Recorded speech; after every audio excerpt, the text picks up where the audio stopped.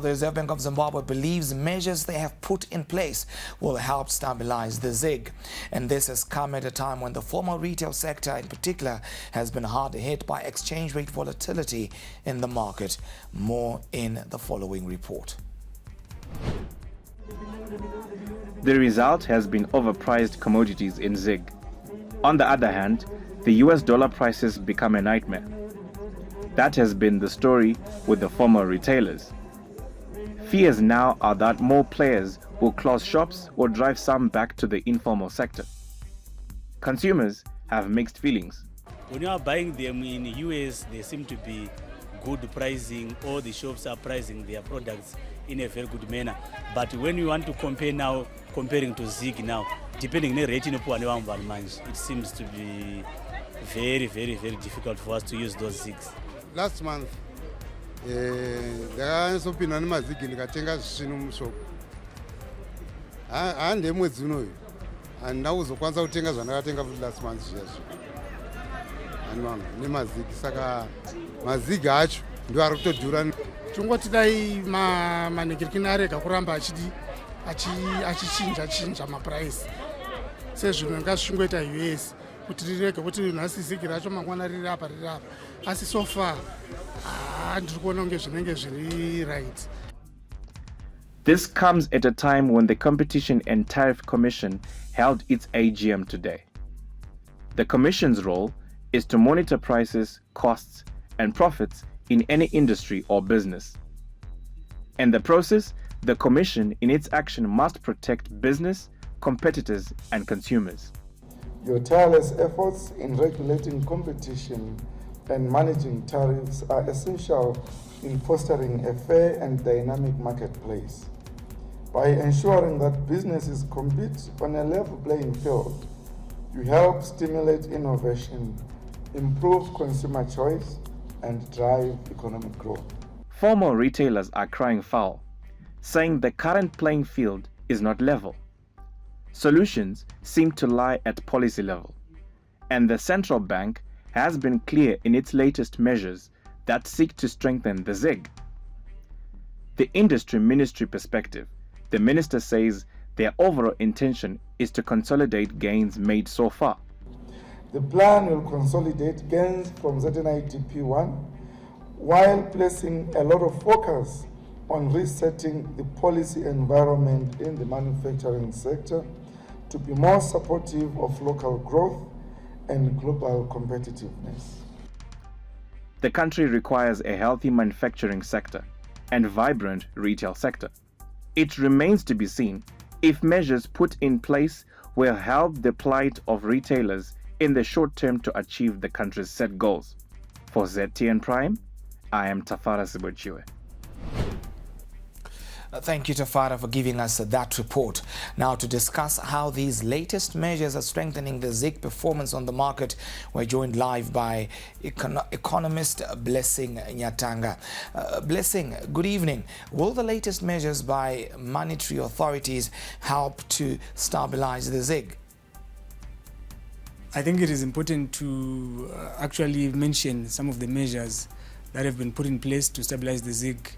One of those is the continual accumulation of the gold reserves to actually back the ZiG. I think as far as the logic behind the ZiG is concerned, that is definitely a move in the right direction in terms of stabilizing the ZiG. And the government has also said that they will provide sufficient forex for those importers to ensure that it helps in their business and also helps stabilizing the local currency. But again, I feel there is more that has to be done as far as stabilizing the ZiG is concerned. I think to begin with, I think it will be important to increase the demand for the ZiG or create demand for the ZiG because as it stands, the locals have got insatiable appetite for the US dollar because it is responsible for 90% of our transactions. But I think it is important that the government creates demand for the ZiG.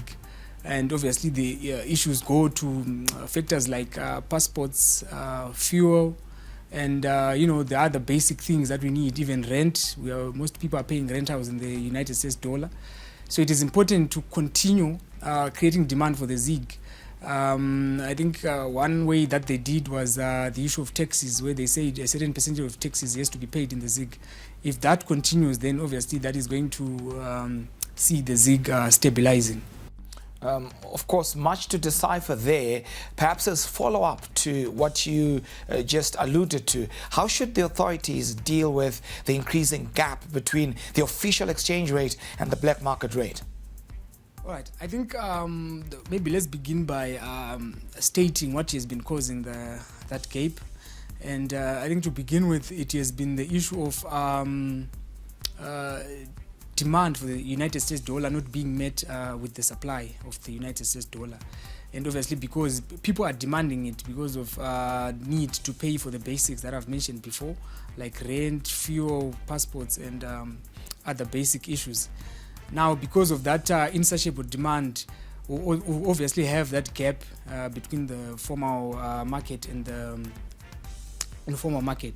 So I think it is also important at this juncture for the government to ensure that either they have created demand for the ZiG to actually ensure that you are able to access it, you are able to pay for the basic issues in the ZiG, or they may have to create facilities that you are able to access the United States dollar at the interbank rate. If you walk into any bank, I think there must be that facility that you're able to access the United States dollar at the official rate, so that you can be able to pay for the basics like the rent, fuel, passports, and other issues that we've mentioned before. I think that is one way that will actually reduce that gap between the formal and informal market. Now, before I let you go, the retail sector in particular has fallen victim to the current economic environment, with some formal retailers closing shop to cite Food World Truworths. What should be done to help the sector? I think some retailers have been mentioning that they haven't been able to acquire sufficient forex to pay for imports or for their products. So I think one way to actually help these formal retailers is to ensure that there is sufficient forex for them to be able to pay for their imports and pay for their products, so that whenever they sell, they don't make a profit, they don't make losses. They actually stay afloat as they are selling, in accordance to how they've accessed their forex. Konapo, ipapo pa ZTN Prime, DSTV channel 294, the place to be.